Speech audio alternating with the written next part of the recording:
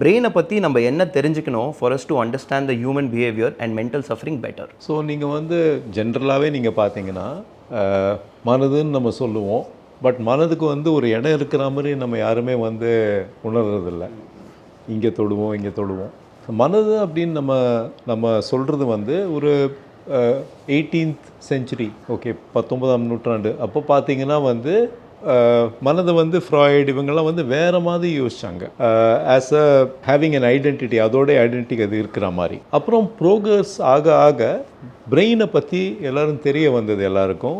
And பிரெயினோட ஒரு பாகத்துக்கு ஒரு function இருக்குது. அதில் ஃபோக்கஸ் போச்சு. ஒன்லி லேட்டர் இந்த மூளையில் இருக்கிற லட்சக்கணக்கில் நரம்புகள் அது வந்து ஒன்றுக்கு ஒன்று ரசாயனம் மூலியமாக பேசுகிறது. நியூரல் நெட்வொர்க்ஸ்ன்னு சொல்லுவோம். இந்த நியூரல் நெட்வொர்க்ஸ் தான் மனது அப்படின்னு வந்து நம்ம புரிஞ்சுக்கிறதுக்கு வந்து பல வருடங்கள் ஆச்சு. அதுக்கு ப்ரூஃப் வருது. நீங்கள் பார்த்தீங்கன்னா வந்து இந்த பிரெயின் இமேஜிங்கில் கூட structural brain imaging, that is ordinary CT scan, MRI scan, அதில் வந்து ஸ்ட்ரக்சரை தான் பார்க்க முடியுது.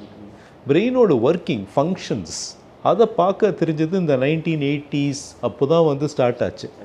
ஸோ அதில் வந்து இந்த functional MRI, PET scan, SPECT scan இதெல்லாம் பண்ண ஆரம்பிக்கும் போது தான் வந்து மூளையில் வந்து பல பாகங்கள் ஒன்றுக்கு ஒன்று ஒருங்கிணைந்து வேலை செய்யுது. அதை தான் அந்த நியூரல் நெட்வொர்க்ஸ் தான் வந்து நமக்கு மனதாக வந்து ஒரு இட் கிவ்ஸ் அஸ் யூனோ ஒரு ஐடென்டிட்டி.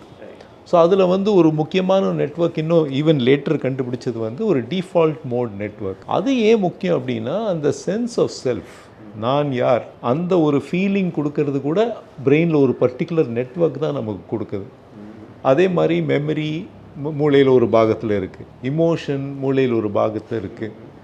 ஓகே, ரேஷ்னாலிட்டி, நான் இதை செய்யலாம், நான் இதை செய்யக்கூடாது, இல்லை வந்து இந்த இடத்துல நான் இதை பண்ண முடியும், அது ஒரு பாகத்தில் இருக்குது. பிளானிங், எக்ஸிக்யூஷன், அது ஒரு பாகத்தில் இருக்குது. பட் எந்த ஒரு ஆக்டிவிட்டிக்கும் இதெல்லாம் வந்து ஒருங்கிணைந்து வேலை செய்ய வேண்டியிருக்கு. அப்போ தான் வந்து நமக்கு வந்து மைண்ட் ஒர்க்ஸ் கிளியர்லி அப்படின்னு we have a feeling. So மைண்டுன்னு சொல்லும்போது நியூரல் நெட்வொர்க்ஸ் இதை நம்ம ஞாபகம் வச்சுக்கணும்.